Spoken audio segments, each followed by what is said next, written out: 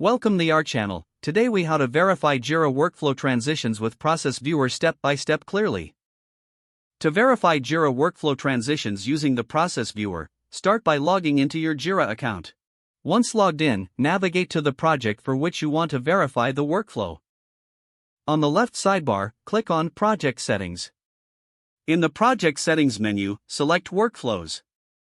You should see a list of workflows associated with the project. Find the workflow you want to verify and click on Edit to open the Workflow Designer.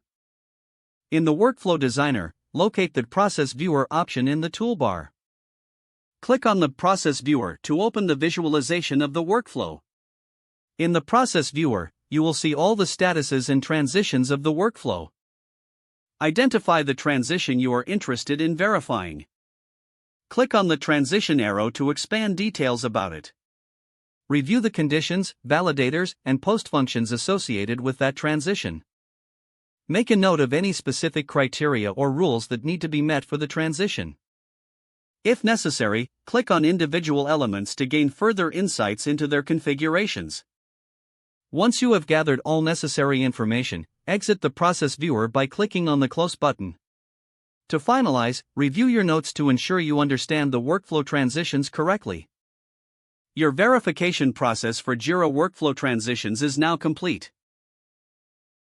If the page does not load, refresh the browser or try again in a private or incognito window.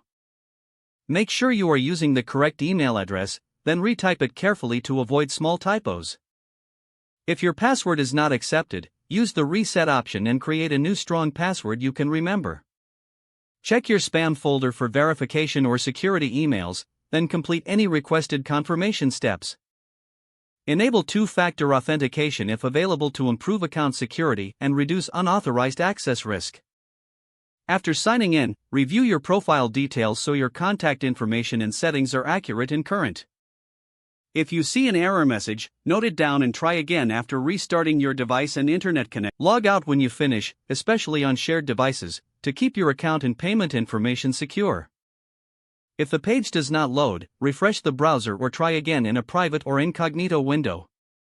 Make sure you are using the correct email address, then retype it carefully to avoid small typos. If your password is not accepted, use the reset option and create a new strong password you can remember.